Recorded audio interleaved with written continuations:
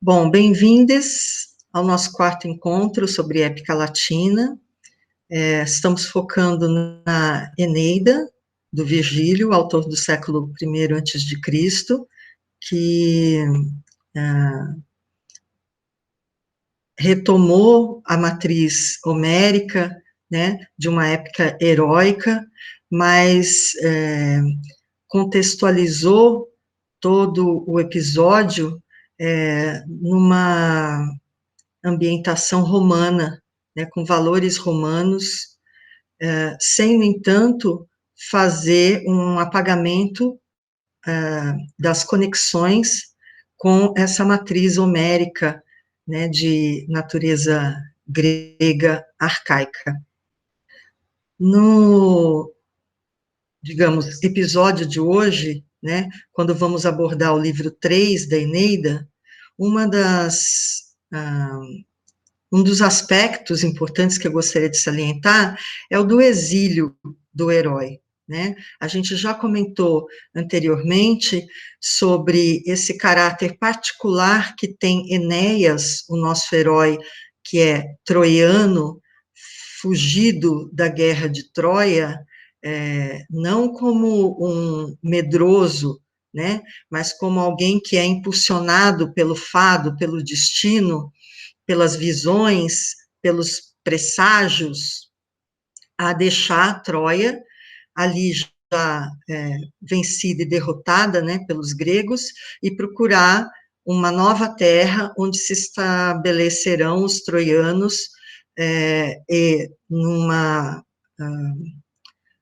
união com povos autóctones, será criada, então, o povo romano e a cidade de Roma e o seu grande império, né? Essa é a ideia por trás de toda essa épica denominada Eneida.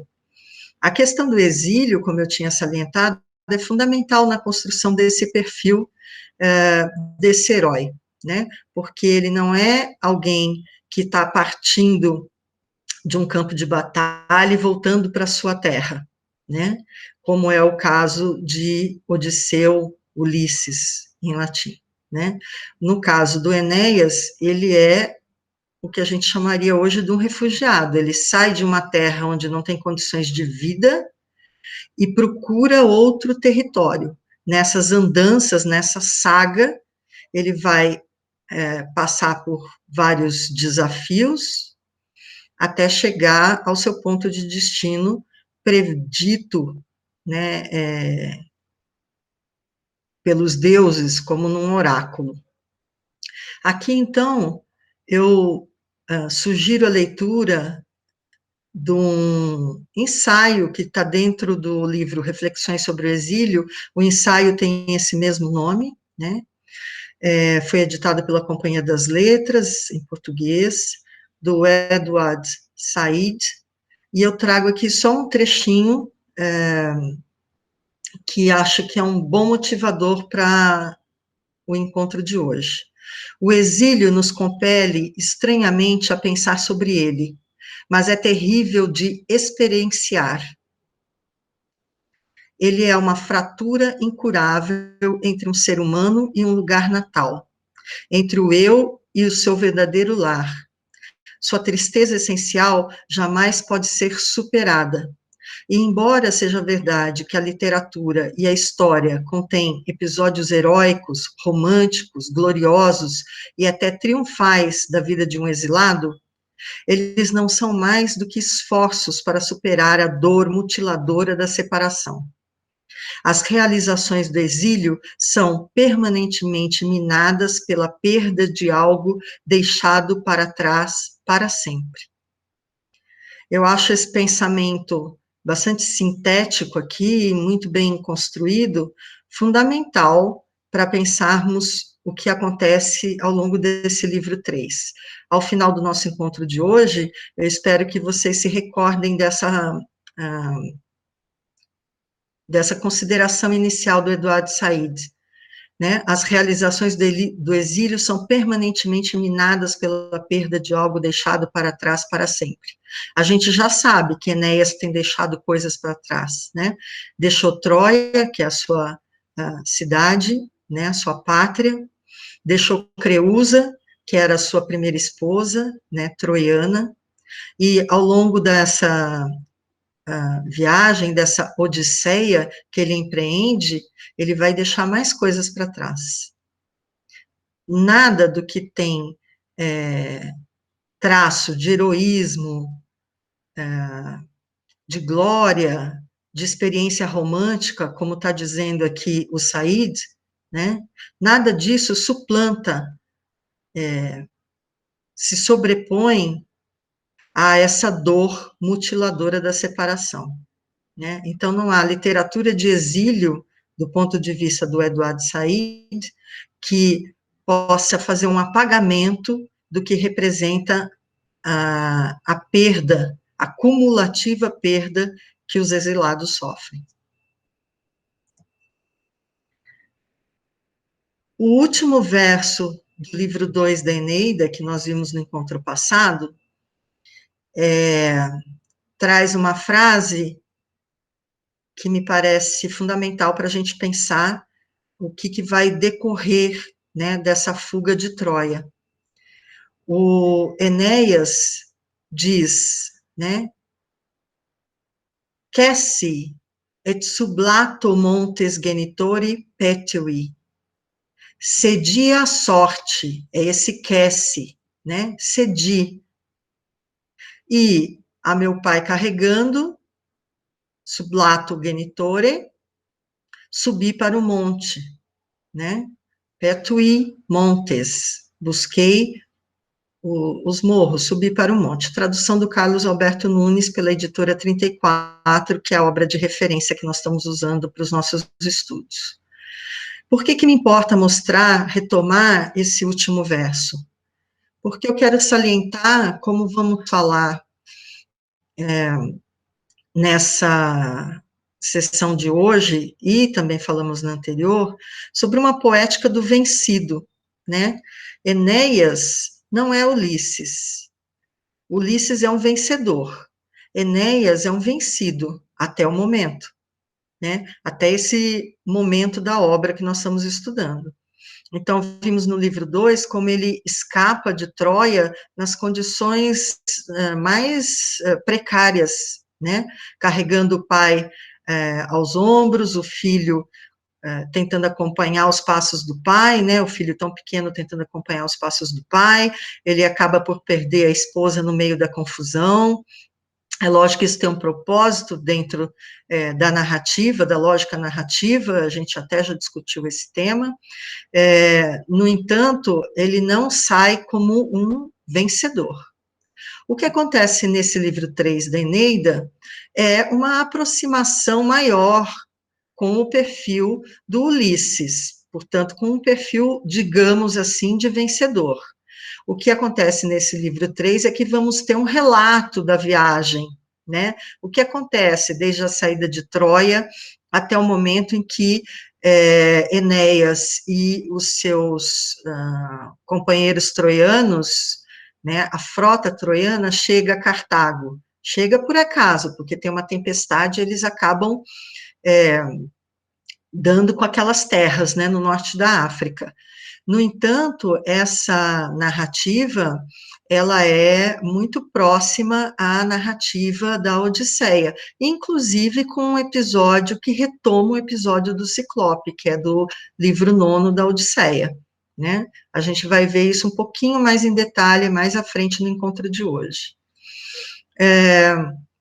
Interessa apontar aqui, por exemplo, como na Odisseia, no livro 8, melhor dizendo, canto 8 da Odisseia, né, nesses versos que eu demarco aí, 485 a 534, a gente tem um breve relato do episódio do cavalo de Troia, brevíssimo, como vocês podem ver, enquanto no livro 2 da Eneida, a gente teve um relato bem detalhado de todo o ocorrido, né, por que o cavalo aparece, como ele é tratado, como ele é inserido dentro da cidadela, de Troia, o que acontece, né, os combates.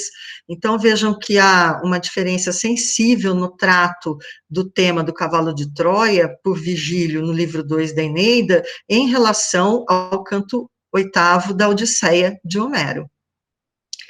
Depois eu quero salientar ainda que a Odisseia, entre os cantos 9 e 12, traz o relato, então, do próprio Ulisses, Odisseus, aos feácios, né? Ele vai contar o que ocorre em cada parada dele, nessa viagem de regresso que a gente chama tecnicamente de nostos.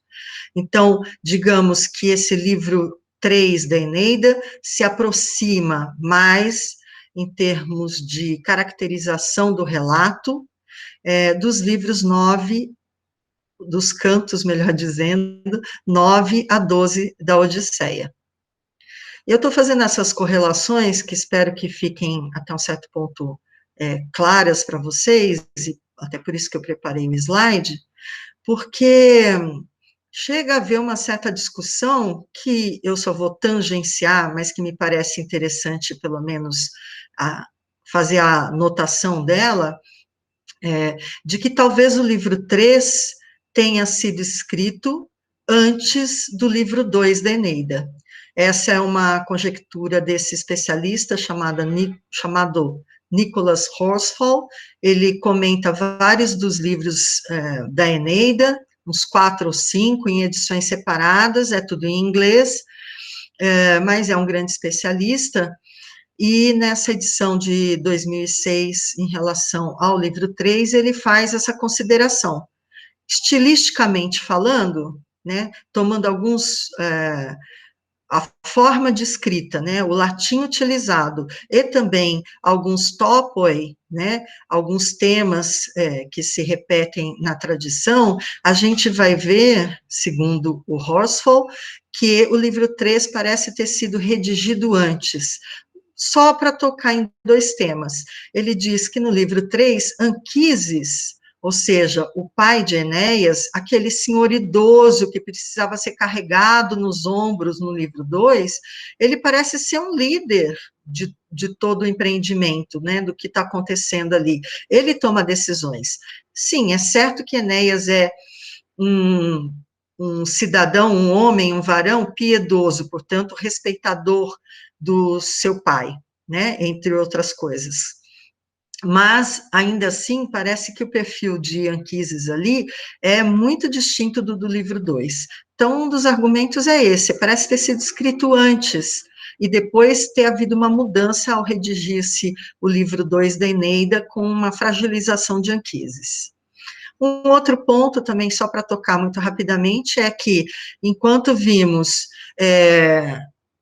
uma presença muito marcante de Juno, de Vênus, de Júpiter, nos livros anteriores, nesse livro 3, a gente vai ver uma repetição, uma insistência no deus Apolo, né, oracular, importante, mas uma predominância desse deus nesse livro. Então, parece haver um certo deslocamento em relação ao livro 2.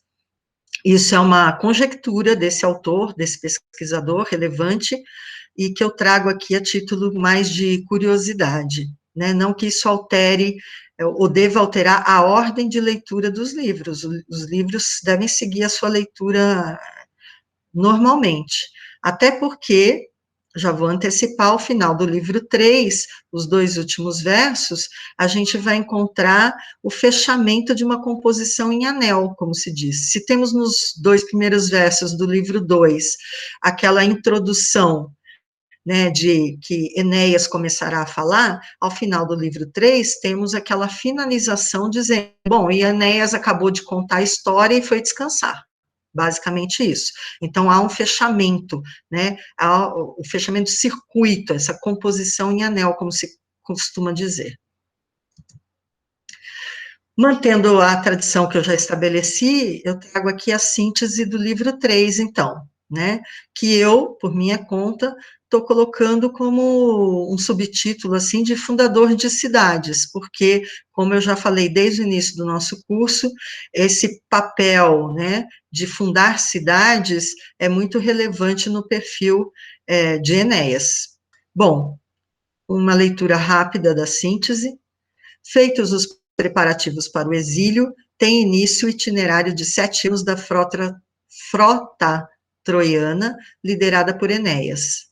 No verso 7, a gente tem incerti quo fata ferant, querendo dizer incertos, sem saber para onde os destinos nos levam, né, ou nos levem. A primeira parada é na Trácia, onde fundam a cidade de Eneia, e onde acontece um prodígio. No verso 26 tem a marcação, monstrum horrendum. Os afasta dali, então esse prodígio os leva embora da Trácia.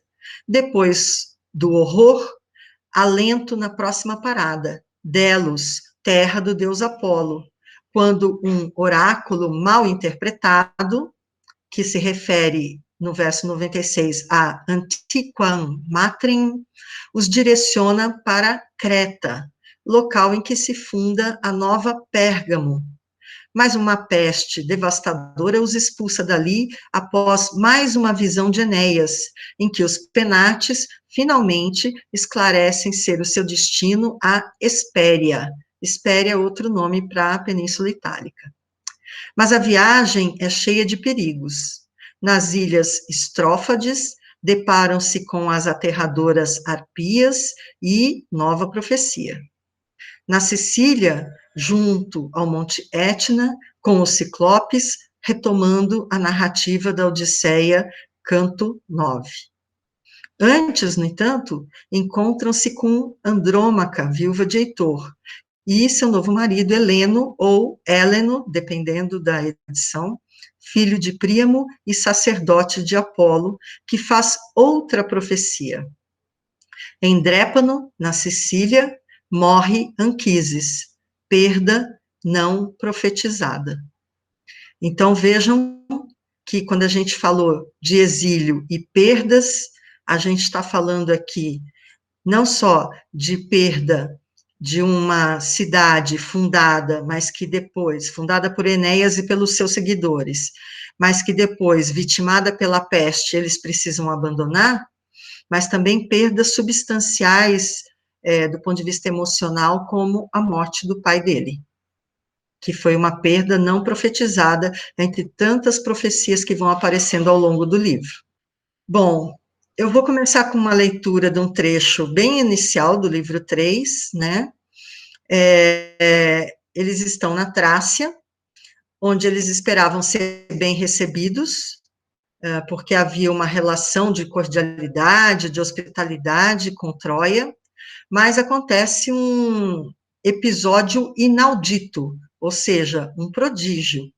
Eu vou ler esse trecho, que não está completo, né? Eu tive que fazer um corte para caber no slide. Eu estou usando a tradução aqui do Barreto Feio. Essa tradução, ela é do século XIX, realizada em Portugal. Barreto Feio, em Portugal, e Eudorico Mendes, no Brasil, são tradutores da Eneida, tradutores muito competentes, cada um com suas especificidades, mas eram interlocutores, então, por vezes, até se encontram coisas semelhantes nas duas traduções. Essa tradução é decassilábica, e eu trago aqui porque, dentro daquela perspectiva de trazer mais do que uma tradução, de trazer traduções variadas para vocês terem um repertório maior, é lógico que quem tem o livro da editora 34 pode acompanhar por lá, e até tem condições de fazer comparações com esse trecho que eu estou apresentando aqui. Então, vou para a leitura desse trecho, né, Eneida, livro 3, na tradução portuguesa de Barreto Feio. A Dioneia, mãe, e aos demais deuses, protetores das obras começadas, sacrifícios fazia, e ao rei dos numes imolava na praia um nível touro. Por acaso, era próximo um oiteiro.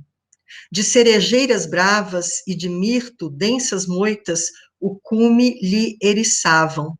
Subi, e procurando com esforços desarraigar da terra um verde arbusto, para com os ramos seus cobrir frondentes os altares, prodígio vejo horrendo, e que, dito, mal pode acreditar-se. Pois ao primeiro, que do chão arranco, das quebradas raízes se destilam gotas de negro sangue e a terra atingem. Um frio horror os membros me estremece e, gelado de susto, para o sangue. Doutro torno a quebrar flexível ramo, por sondar do prodígio a causa ignota. E atro sangue desse outro sai de novo. Mas quando, com maior força da terceira hástea lançando mão, lido e contendo, contra a areia os joelhos afincando, calar devo ou dizê-lo? Um lastimoso gemido lá do fundo sai do monte e esta voz vem ferir os meus ouvidos. Por que ao mísero Enéas dilaceras? Perdoa a um já sepulto, as mãos piedosas contaminar não queiras. Não estranho a ti me gerou Troia, de insensível planta este sangue não dimana. Ah, foge estas terras cruéis e praia avara, que Polidoro eu sou, aqui de setas me cobriu férrea messe trespassado, e nestas hásteas tem crescido agudas.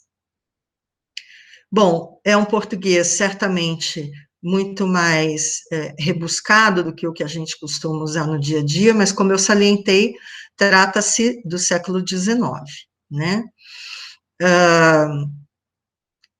O episódio tem a ver com esse Polidoro, que é um dos filhos do rei Príamo e da rainha Écuba. Polidoro seria o mais jovem dos filhos, que teria sido enviado, então, para a Trácia com um belo tesouro, né, em ouro e tal, para ser protegido pelos seus aliados de Príamo. No entanto, à medida que a guerra foi mostrando a fragilidade de Troia, esse aliado na Trácia virou a casaca, como a gente costuma dizer, se apoderou do tesouro que era reservado a Polidoro como uma garantia de que Troia existiria, né? Ele seria o herdeiro, por assim dizer, de Troia, com aquele amplo tesouro. Então, virando a casaca, Polidoro foi morto, largado ali, né, nas areias, ali na terra mesmo, sem as devidas honras fúnebres, e aconteceu isso, tendo sido trespassado por setas, por flechas, dessas flechas começaram a brotar, então, começou a brotar essa vegetação, e ao arrancar um galho, outro galho, para tentar fazer uma decoração no altar em homenagem aos deuses, tendo chegado na Trácia, querendo fazer uma oferta aos deuses, uma oferenda aos deuses, começou a minar esse sangue escuro da terra, até que finalmente na terceira tentativa acontece de sair não só um gemido, mas essa voz que identifica o que ocorreu. O que a gente pode ver aqui, então, é que é um auspício negativo, não é para continuar na Trácia. Polidoro fala com todas as letras, né? Vai embora dessa terra, dessa praia avara, né? Se manda daqui. Então, esse é um dos prodígios, a gente já sabe como é um elemento de composição fundamental na Eneida, né? Muitas vezes sendo Enéas o testemunho, né, ou a testemunha desses variados prodígios que a gente tem visto. Aqui eu já dou um salto, vou um pouco mais adiante, já estou nos versos 79 a 101, continuo na tradução do Barreto Feio, que eu mantive só aqui nos slides iniciais, porque eu faço uma leitura de várias traduções e vejo aquelas que me parecem mais apropriadas no momento da nossa discussão e com uma certa clareza, né? Aqui eu acho que tem um nível razoável de clareza a língua portuguesa, e ao mesmo tempo a gente ainda aprova um pouco mais do tipo de tradução que ele realizou. Bom, aqui então trata-se já da chegada à cidade de Delos, que abriga um templo de Apolo. Mal que em terra saltamos, a cidade de Apolo veneramos.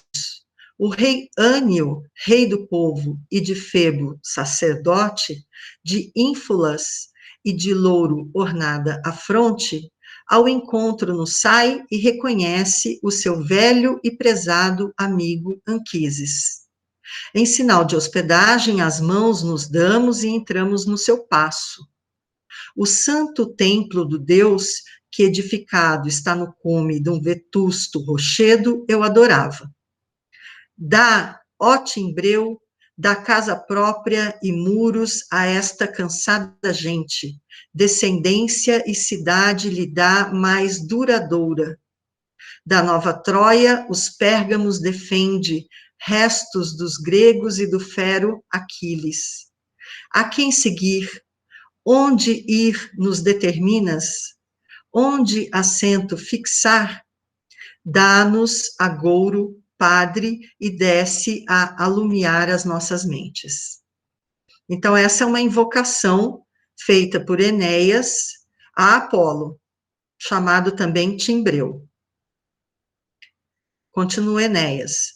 Não acabava quando, de repente, tudo se viu tremer, o templo, as portas, o loureiro do Deus e todo o monte andar à roda, o santuário abrir-se e a cortina mugir. Todos por terra nos prostramos e o Deus assim fala. Aquela terra, donde sois oriundos, lá da estirpe de vossos pais, primeira, duros filhos de Dárdano, essa mesma vos há de receber no fértil grêmio. Tornai a procurar a mãe antiga. Aqui ditar as leis ao mundo inteiro, há de a casa de Enéas e dos filhos, os filhos e os que destes descenderem. Assim Febo, e de um júbilo inefável, todos alvoroçados se perguntam que muros sejam estes, onde Febo chama e manda voltar os peregrinos. Eu acho que esse trecho que eu recortei é curto o bastante, porém revelador o bastante, né, para entendermos o que se passa. Então, saídos da Trácia, chegados a Delos, a gente vai ver o mapa do itinerário um pouco mais à frente. Enéas faz um apelo ao templo de Apolo, ou no templo de Apolo, de uma revelação de para onde ele deve seguir.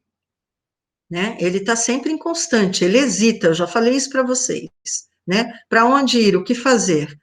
Aí temos um prodígio que é, até certo ponto, convencional, digamos, né? Falar que alguma coisa inédita que é convencional parece uma inconsistência. No entanto, o que eu quero dizer é que sempre que se pega na literatura antiga a manifestação do oráculo de Apolo, há esse tipo de reação da natureza, né? A terra treme, abre-se a terra, a cortina mugir aqui tem relação com a trípode, onde ficava a profetisa, né? Então, isso tudo são sinais de que vai sair um oráculo, que um oráculo será proferido.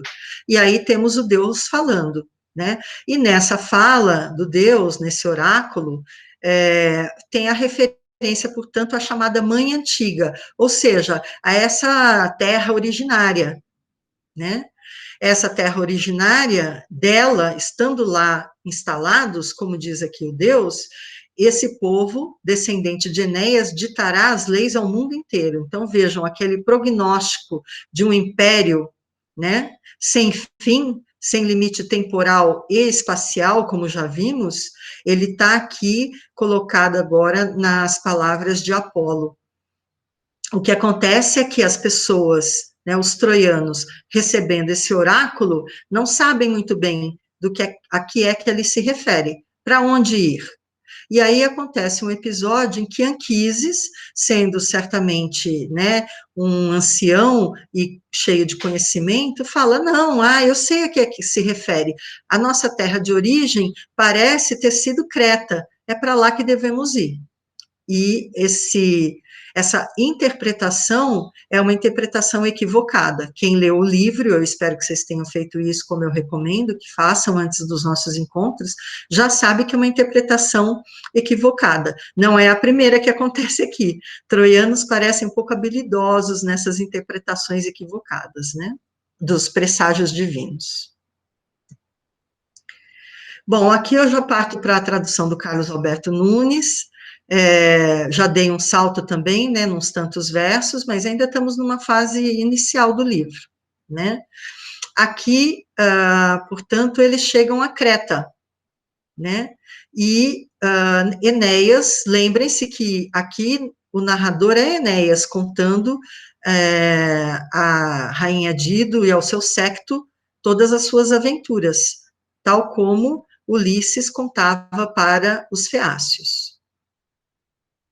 Sem perder tempo, assentamos as bases do burgo auspicioso de nome Pérgamo. Alegres os moços com o nome escolhido, exorto todos a um belo castelo construir ali mesmo. A maior parte de nossos navios já estava no seco, e a mocidade nas lidas do campo e do amor ocupada. Dando-lhes eu casa e leis, quando em cima de nós, de inopino, nos cai um ano pestífero, nos cai um ano pestífero. Os ares corruptos, nocivos aos seres vivos, às árvores, às sementeiras mofinas. Os que ainda vivem, minados de doenças, mal podem mover-se. O ardente círio, com os raios, os campos estéreis, arrasa. Secam-se as ervas, queimadas as searas, seus frutos nos negam. Eu salientei ali, sublinhei, dando-lhes eu casa e leis e um ano pestífero. Vamos observar essas duas questões. Mas espero que tenha ficado claro, com esse trecho bem breve que eu recolhi, que, tendo chegado lá, em Creta, eles criam uma cidade, uma nova, já que tinham criado Eneia, agora criam Pérgamo, né, uma nova Pérgamo, digamos assim. O que ocorre é que depois de estarem já instalados, a vida já está normal, ó, as lidas do campo e do amor, a juventude, a mocidade está ocupada com isso, ou seja, uma vida corriqueira. Enéas já tinha provido a eles casa e leis, olha que interessante, né?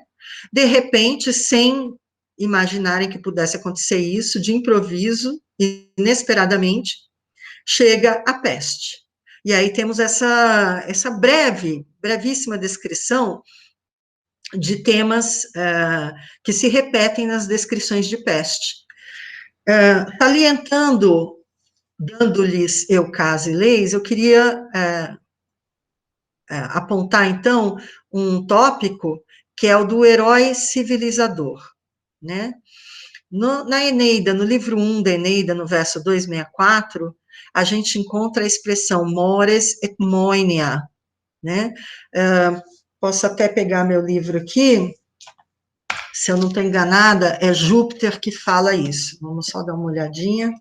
Sim, é a fala de Júpiter, né? Guerras terríveis ele há de enfrentar, povos de ânimo fero, domar no jugo, a seus homens dar leis e cidades muradas. É a tradução do Carlos Alberto Nunes, é Júpiter falando a Vênus sobre o futuro de Enéas. Aqui nesse trecho, Eneida 3, verso 1, 3, 7, temos uma tradução semelhante, né? Dando-lhes eu casa e leis, e o latim é iura domosque, né? A ideia é a mesma.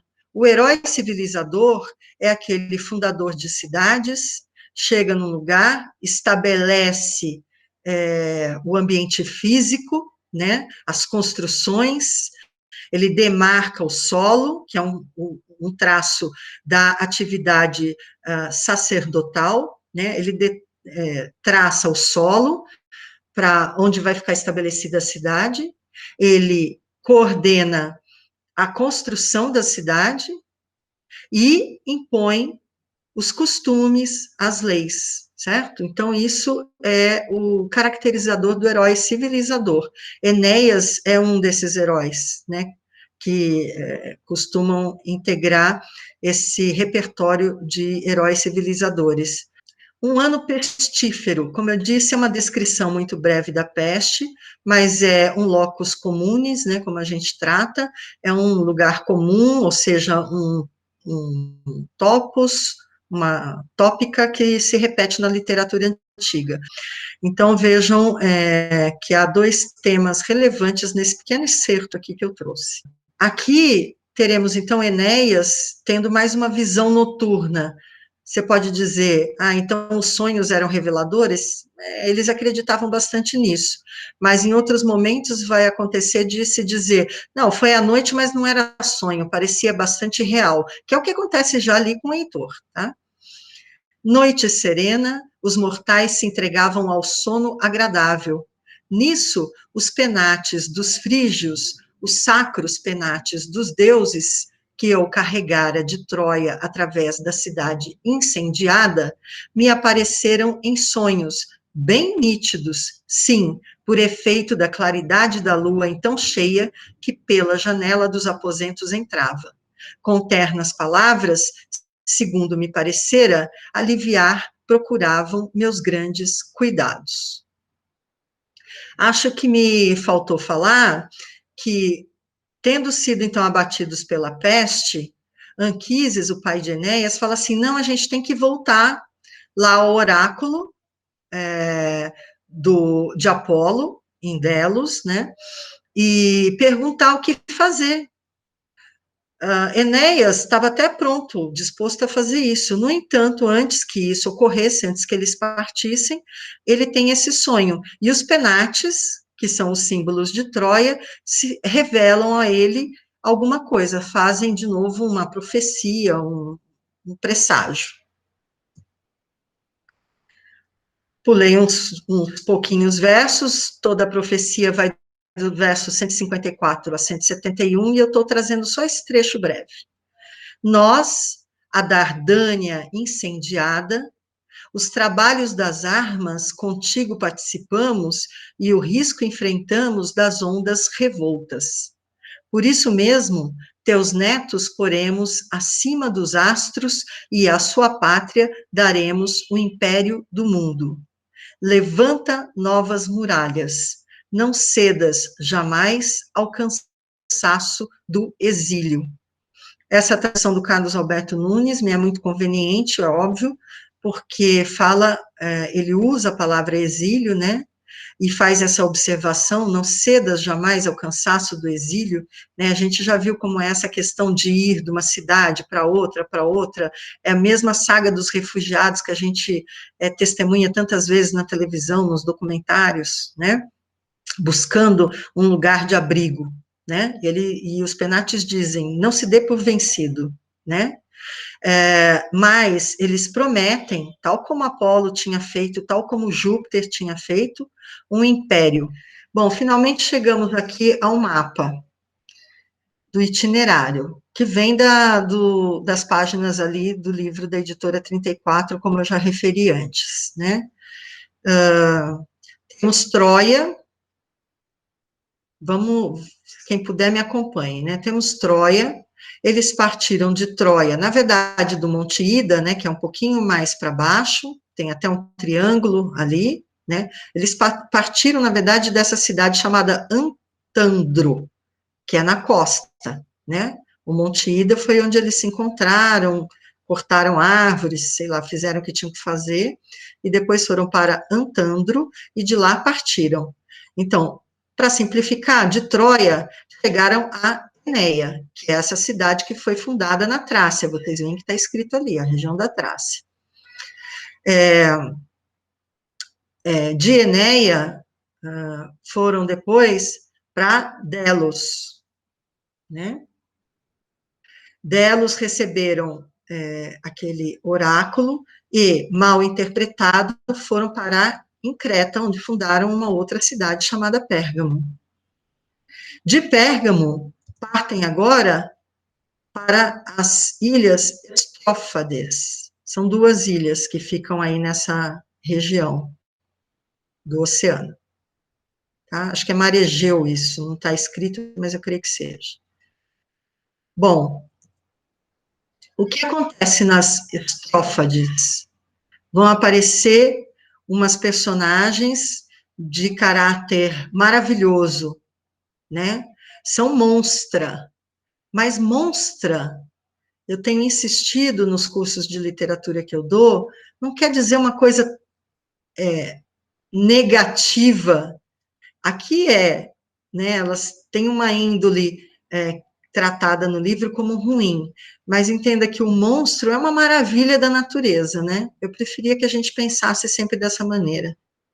Essas são, então, ilustrações facilmente encontráveis na internet da arpia, né? Que é essa figura de representação de uma certa feminilidade, né? Vocês veem que tem um corpo de mulher, o rosto de mulher, mas tem garras, né? Asas. Essas arpias vão assustar os troianos na ilha Estrófades, né? Numa das ilhas. Aqui, eu pego, então, a Eneida, na tradução do Carlos Alberto Nunes, nos versos 214 e 218, jamais saíra das águas do Estige, por ordem dos deuses na sua cólera, monstro mais triste, nem peste execrável. Cara de virgem em corpo de pássaro, fétido fluxo lhe sai do ventre. As mãos têm como garras, o rosto denota fome canina. Depois dessa descrição, vou voltar aqui a uma das imagens. Todas elas vêm juntas, ó. Né? Então, tem essa descrição. A fome canina, não sei se está tão presente como está relatado ali, mas de resto me parece pertinente, né?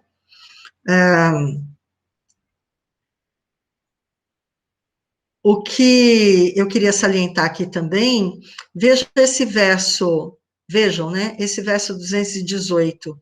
Não é que eu coloquei assim, mal colocado, né?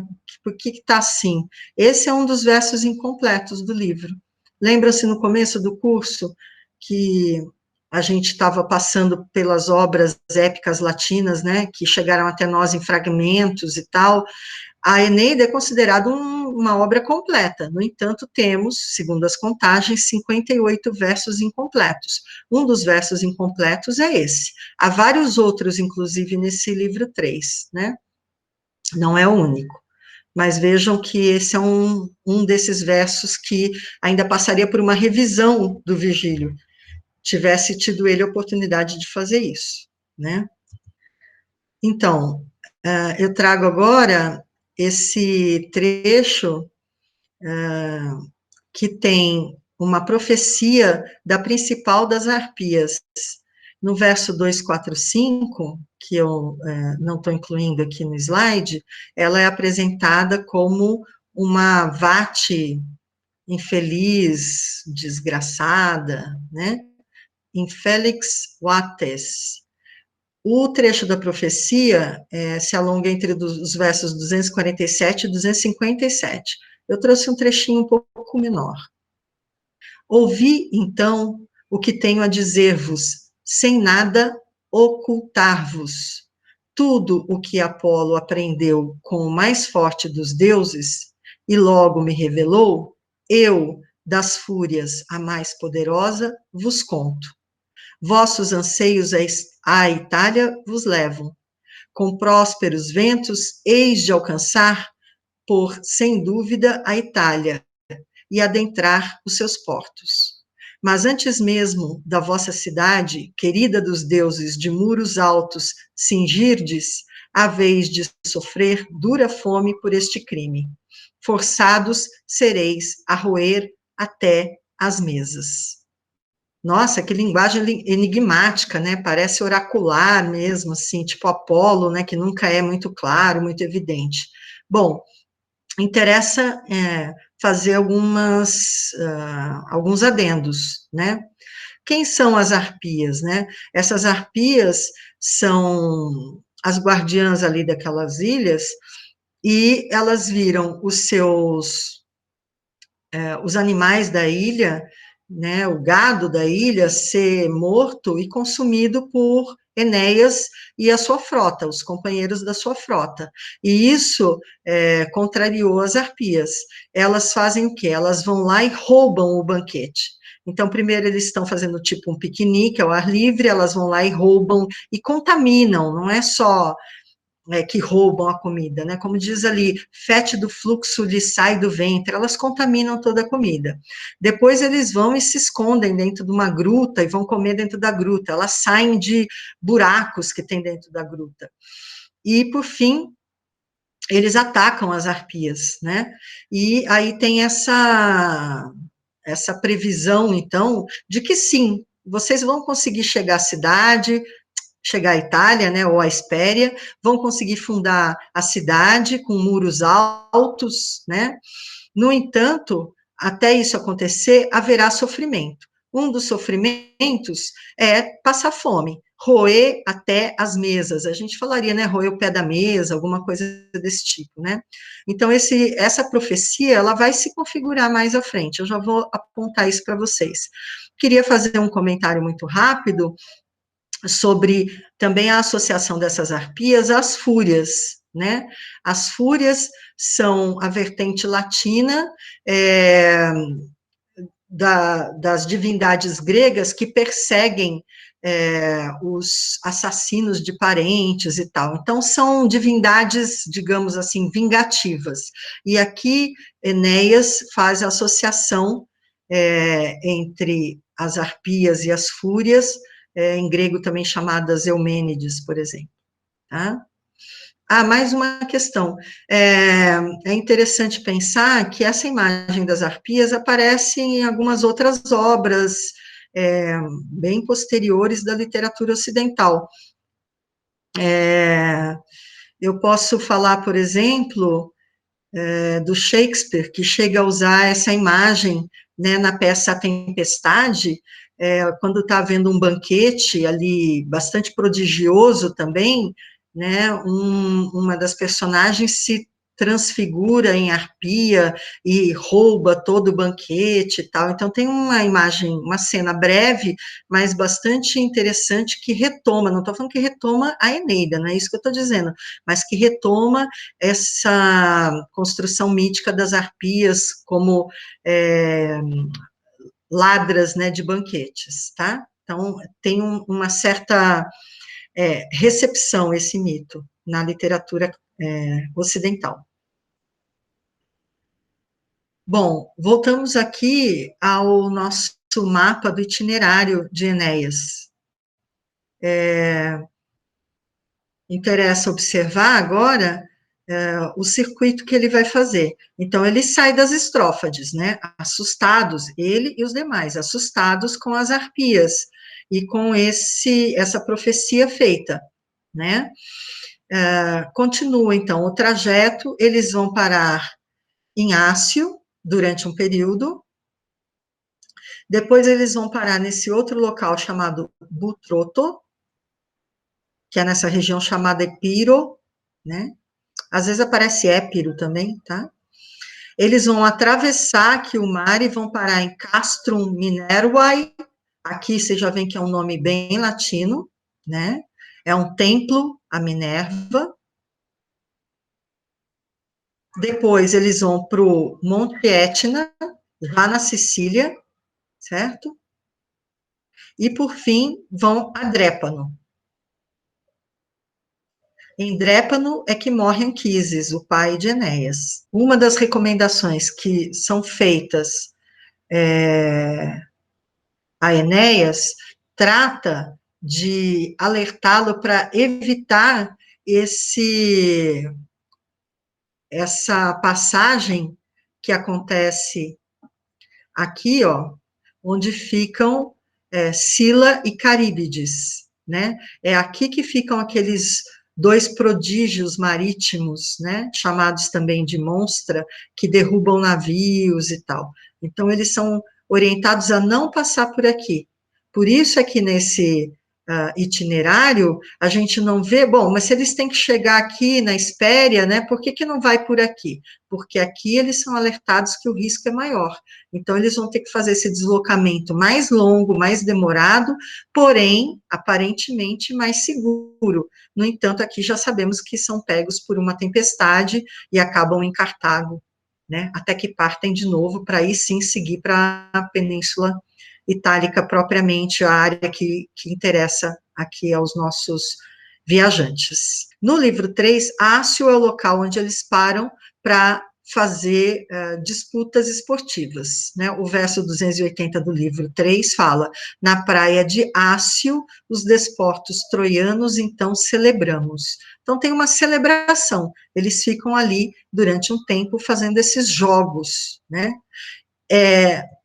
É um entendimento dos pesquisadores de que se trata de uma alusão, breve que seja, à Batalha Naval de Ácio, ocorrida em 31 a.C., em que Otaviano venceu Marco Antônio e Cleópatra, e com isso conquistou definitivamente o poder em Roma. Bom, tendo passado por Ácio e chegando à tal da Butroto, ali vai acontecer uma maravilha, né, para Enéas e os seus aliados. Eles vão se encontrar com um povo troiano estabelecido ali. Entre as pessoas que estão estabelecidas ali estão Andrômaca e Heleno ou Héleno, né? Andrômaca é a viúva de Heitor, o grande general troiano, né? Heleno é um dos irmãos de Heitor. E aqui ocorre que agora eles são marido e mulher, o que parece uma coisa bastante insólita. No entanto, tem uma breve narrativa de como isso se deu. E eu me interessei em trazer essa breve narrativa, até porque temos entre nós pesquisadores, né, desse destino das mulheres troianas, e é sempre bastante curioso ver quando uma personagem feminina toma a palavra numa época dessa natureza, né, da Eneida, por exemplo, e como ela diz, o que ela diz e como ela diz. Então, eu peguei um trecho muito breve, a fala dela é maior do que esse trecho que eu trago aqui. O episódio todo, eu estou considerando entre os versos 294 e 505, como eu marquei ali em branco. Esse trechinho que eu trago se refere aos versos 321, 332, que está no pé do slide, como vocês podem ler. Então, é uma fala de Andrômaca, já numa interlocução com Enéas aqui, certo? Então, Enéas aporta ali, ouve falar que tem troianos por ali, como que é essa história, se depara com Andrômaca, eles trocam ali umas ideias, umas informações, e aí Andrômaca relata isso para ele, porque ele fala, poxa, você que esteve nas alturas, né, sendo esposa de Heitor, e agora, o que é feito de ti? E ela narra isso, que vem a seguir. Mais do que todas feliz foi a virgem nascida de Príamo, pois, condenada a morrer sobre um túmulo imigo, debaixo dos altos muros de Troia, nem foi sorteada, nem nunca, na qualidade de escrava, subiu para o leito de um Dânao. Perdida a pátria nas chamas, levada por mares sem conta, a dor sofri de parir como escrava, a serviço da imensa brutalidade do filho de Aquiles. que, havendo corrido atrás de Hermíone, neta de Leda, elegeu uma esposa Lacedemônia, e a Heleno, seu servo, me deu como escrava. Porém, furioso por ver que lhe roubam a noiva extremada, e pelas fúrias Orestes tomado, caiu de inopino sobre o ímpio filho de Aquiles, ao lado das aras o mata. Então, como eu disse, eu recolhi só esse trecho, mas acho que tem um monte de informação relevante aqui, não só do relato mítico, né, como do que a gente poderia chamar de doce vingança, né? Vamos nos lembrar que Pirro mata o rei Príamo justamente perto de uma área, de um altar, né? Aqui é o que faz Orestes, né?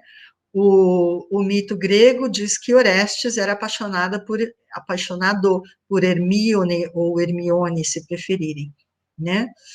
Ele ataca Pirro e o mata. Antes disso, Pirro, tendo se apropriado, digamos, de Hermione, ou Hermíone, que era filha de Helena com Menelau, então essa é a filha de Helena, tá? Neta de Leda, né? Leda é aquela que se relacionou com Júpiter, ou Zeus, se preferirem, estando ele transfigurado em cisne, né? E aí ela deu à luz a ovos, né? E aí a gente tem toda uma narrativa mitológica em torno disso. De um desses ovos nasce Helena, né? Filha de Leda com Júpiter, ou Zeus. Estou voltando, então, estou de baixo para cima, né? Fazendo a interpretação aqui. Veja o que fala Andrômaca sobre si mesma, né? Perdida a pátria nas chamas, ou seja, Troia incendiada, levada por mares sem conta, ou seja, levada no navio de Pirro, né? Filho de Aquiles, né? Lembrando que Aquiles foi quem matou Heitor, portanto, a viúva de Heitor é entregue ao herdeiro de Aquiles, né, que é uma daquelas ironias trágicas, né. Olha o que ela diz: a dor sofri de parir como escrava. E, por fim, a parte inicial desse trecho está se referindo a Políxena, né, que é uma das filhas de Príamo, e que é segundo a mitologia, e a gente encontra na dramaturgia grega clássica, né, e também, posteriormente, em Sêneca, nas peças troianas, né, ela é sacrificada no túmulo de Aquiles, né, o fantasma de Aquiles teria aparecido pedindo esse sacrifício antes que os gregos abandonassem definitivamente o território de Troia, depois de ter derrotado a cidade. Então, veja que aqui tem um resumo bastante importante de vários fatos que teriam decorrido, né, da Guerra de Troia, então, fatos que ajudam a construir uma lógica para esse cenário de Enéas chegar ali no território e encontrar esses troianos estabelecidos ali. Por quê? Porque Pirro é derrotado, morto, né, por Orestes, uma parte do território de Pirro é deixada, oferecida a Heleno, né, que é um descendente de Príamo, um filho de Príamo. Heleno assume esse reino, tendo se casado com Andrômaca, que é a viúva de Heitor, portanto, ganham esse status, e ali eles constroem uma Troia, né, uma segunda Troia. Heleno, importa dizer, é um sacerdote de Apolo. Tá? Eu aproveito, então, essa descrição feita aí para sacar, né, uma afirmação, uma análise feita pelo professor Paulo Sérgio de Vasconcelos, de novo naquele livro Épica 1, que eu recomendei a leitura, parte da Biblioteca Latina, da editora da Unicamp, em que ele comenta, as páginas 52 e 53, o seguinte: por outro lado, em mais de uma oportunidade, os troianos parecem desejar reconstruir Troia. Andrômaca é representada ofertando dons a um túmulo vazio que figura o de Heitor, junto à água escassa de um falso rio simoente. Essa pequena Troia e a corrente seca do Xanto, a que se apega Andrômaca, parecem representar o passado troiano de que Enéas tem de se libertar. Os fados não lhe destinam uma nova Troia que seria um simulacro vazio da outra, mas o estabelecimento das origens do que um dia seria uma Troia redimida e transfigurada, revigorada pelo substrato itálico, a futura Roma. Do meu ponto de vista, aqui a gente tem uma perspicácia evidente, né, do pesquisador, do professor Paulo Sérgio, no que diz respeito a por que, então, Enéas não para ali e fica junto dos seus? Se tem Andrômaca, tem Heleno, tem outros troianos, tem uma Troia reconstruída de alguma maneira, né, dentro das proporções possíveis, porque ali não passam esses maravilhosos rios, né, o Simoente e o Xanto, mas eles fazem meio que de conta, porque ali tem, né, uma água escassa, tem ali um regato que eles fazem de conta que sim, ela constrói, modo de dizer, né, eles constroem um túmulo para honrar Heitor, sendo que o corpo dele não está ali, né, um túmulo vazio. Mas, como diz aqui o professor Paulo Sérgio, não é isso que cabe a Enéas e aos seus descendentes. A Enéas e aos seus descendentes cabe criar uma nova cidade, erigir muralhas altas, e desta cidade surgirá um império dominador do mundo. A leitura crítica ganha densidade a partir de um comentário como esse do professor. Bom, como eu disse, Heleno é sacerdote de Apolo, e ele vai fazer uma profecia, que eu coloquei sendo dos versos 374 a 462, é uma longa profecia, eu peguei um trecho breve aqui, e tenho a intenção, né, de apontar para vocês duas questões. A alva porca com 30 leitões, e, de novo, a ideia do fome de roer até as mesas. Vou ler o trecho breve. Dou-te os sinais, na memória os retém, como é justo fazeres. Quando apreensivo estiveres nas margens de um rio sem nome, e deparares deitada na sombra de bela azinheira uma alva porca com 30 leitões do seu lado, da mesma cor da mãe branca, deitados no chão a mamar com sossego, esse será o local da cidade, o descanso almejado. Não te preocupes por causa da fome de roer até as mesas. Veja como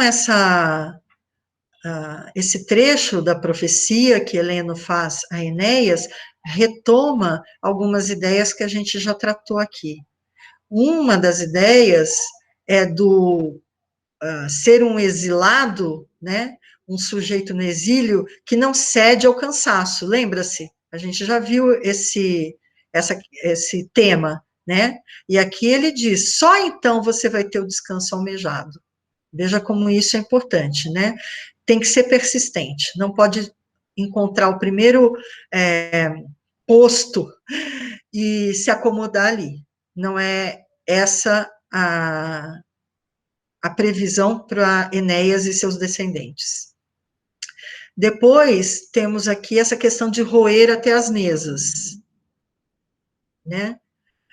Esse roer até as mesas, a gente teve já nesse livro 3, no verso 257, Seleno, a arpia, falando sobre isso. Ela falou, tudo bem, vocês vão conseguir chegar, fundar a cidade e tal, mas antes disso vão passar por agruras, inclusive fome, de roer até pé de mesa. Aqui, Heleno está se referindo à mesma coisa, né? O latim, salvo engano, não é exatamente o mesmo, mas a tradução feita pelo Carlos Alberto Nunes é a mesma, porque, de fato, tem a mesma ideia. E isso é tão importante, a ponto de, no livro 7, verso 116, Ascânio, filho de Enéas, outro nome, né, além de Ílio, né, Ascânio fazer um comentário dessa natureza. Ele diz que eles estão ali, já estão comendo até as mesas, né, roendo até as mesas. Ele usa consumindo, salvo engano, né, comendo até as mesas. Aí, nesse momento, nós vamos ver isso em detalhe, nesse momento, Enéas fala lá no livro 7, então chegamos ao lugar. O que está referido aí como o indicador de que chegaram no local onde finalmente vão poder se estabelecer, que é porca branca, com 30 leitõezinhos brancos, mamando, né, tranquilos ali na mãe, isso vai acontecer no livro 8, nos versos 44 e 45, uma divindade referente ao rio Tibre, ali da região da Espéria, vai falar exatamente a mesma coisa. E, finalmente, no verso 81, que está bem perto ali do livro 7, né, no verso 81 do livro 8, vai acontecer esse mirabile monstrum, ou seja, um prodígio admirável, surpreendente, que é qual? Justamente deles encontrarem, se depararem com uma porca branca com os 30 leitõezinhos, tá? Então, vejam como isso está tudo costurado, né? Esses prognósticos que estão sendo feitos agora por Heleno vão se realizar nos livros que estão por vir.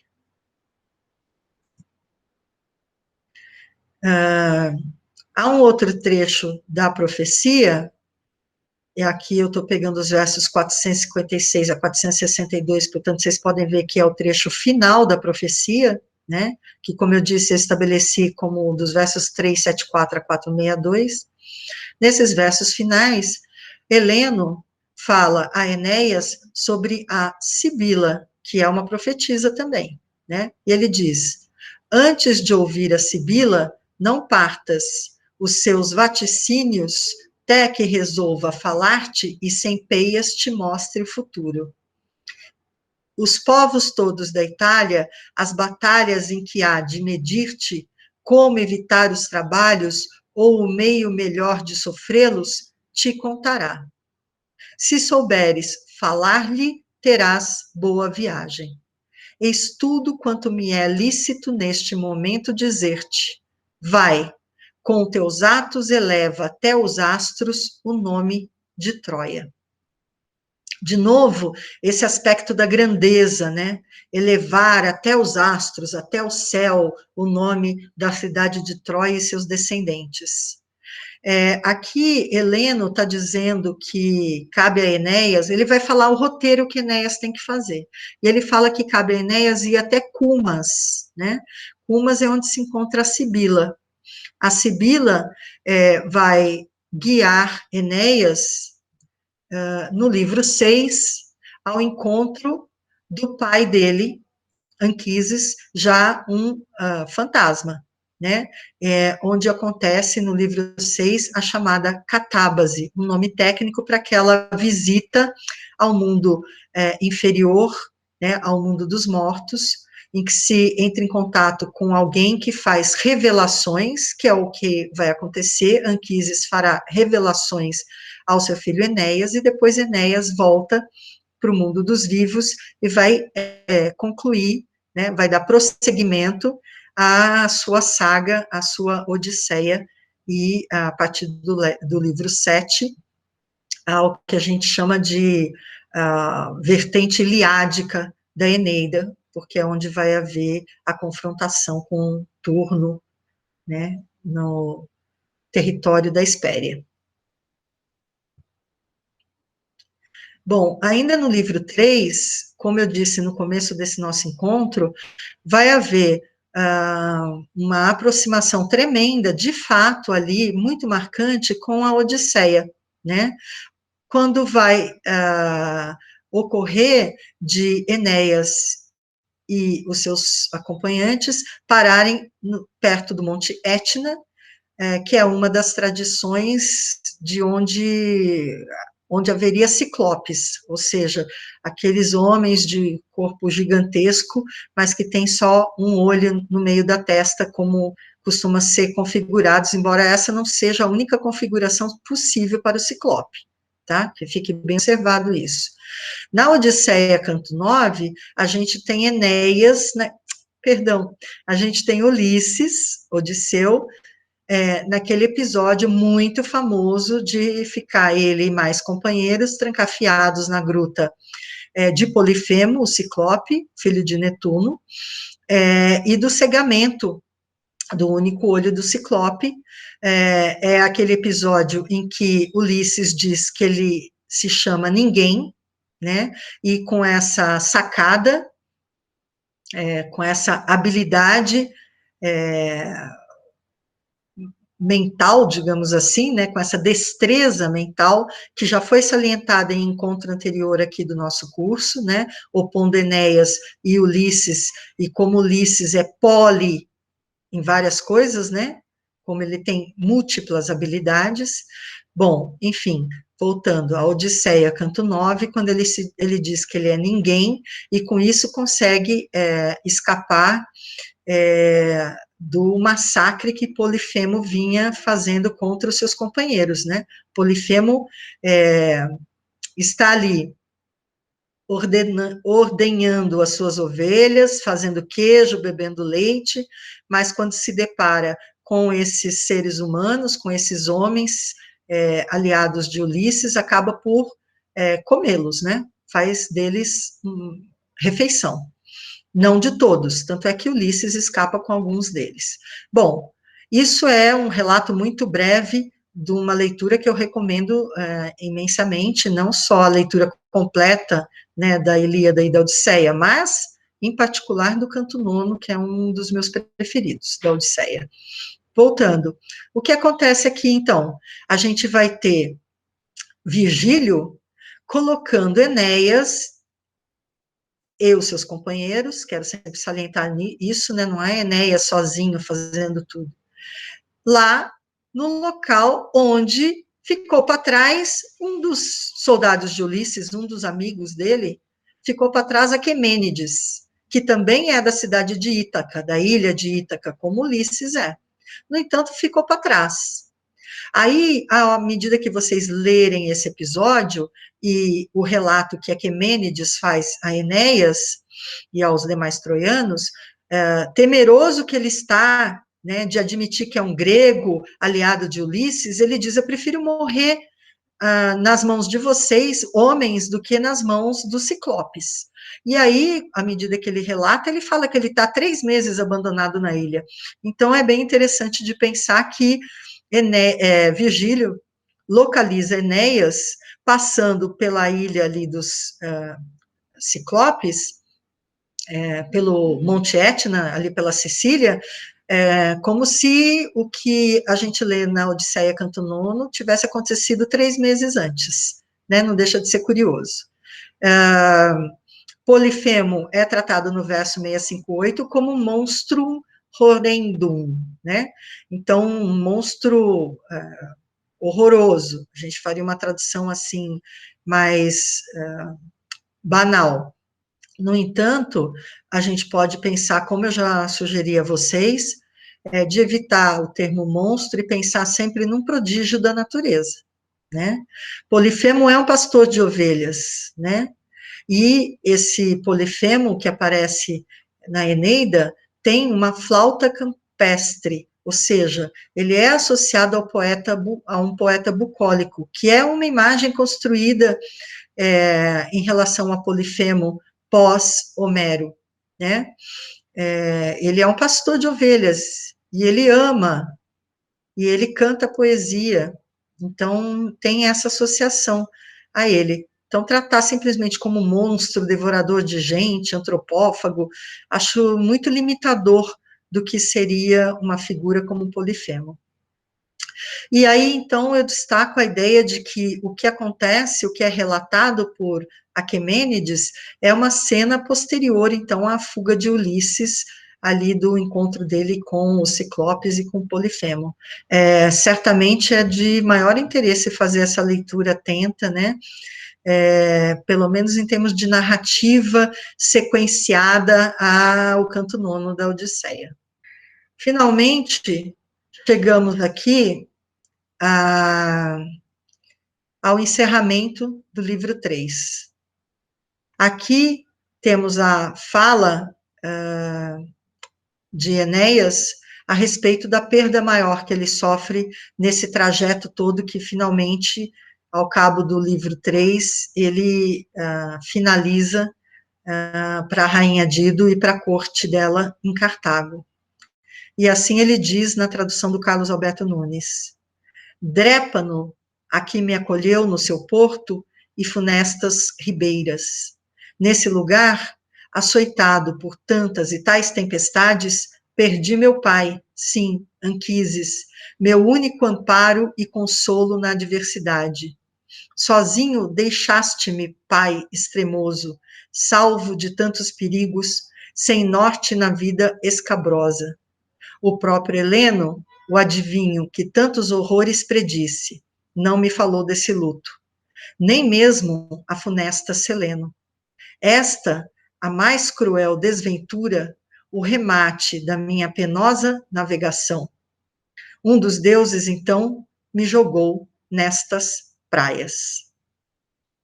Então, vejam que o final do longo relato de Enéas trata justamente da morte do pai dele, que é a mais cruel desventura para ele, o remate da penosa navegação até então, né? O remate da navegação até então, porque aí ele diz: finalmente cheguei a essas praias aqui, né? A esse litoral de Cartago. Observem como é interessante a retomada que Enéas faz das predições, né, de Heleno e de Seleno. Ele fala, bom, eles previram tanta coisa, mas não falaram da morte do meu pai, né? Isso me parece um arremate, para usar a mesma palavra ali, né, um arremate precioso do livro 3, né? Ele vai retomar a ideia da perda, que eu tinha alertado a vocês no começo do nosso encontro, com a citação do Eduardo Said, né? Vai falar das predições e como elas acabam sendo incompletas. O próprio Heleno, num determinado momento, diz: eu posso ir até aqui, falar até esse momento, até isto, não posso falar mais. Ele saberia mais, mas ele não podia dizer mais, o Deus o proibia, né? E, finalmente, depois desses versos aí de Enéas, a gente vai ter aqueles 2 versos que eu observei, que finalizam, né, a composição em anel. Eu falei de 2 versos, na verdade são 3, né? O pai Enéas, assim, revelava a uma atenta assembleia suas andanças, o fado a que os deuses o haviam cingido. Pondo remate na história animada, ao repouso acolheu-se. Então, aí a gente conclui a narrativa que começou no livro 2 e que vai até o livro 3. Agradeço a audiência e espero que a gente se encontre, então, na semana seguinte, com o livro 4, que trata dos amores de Dido.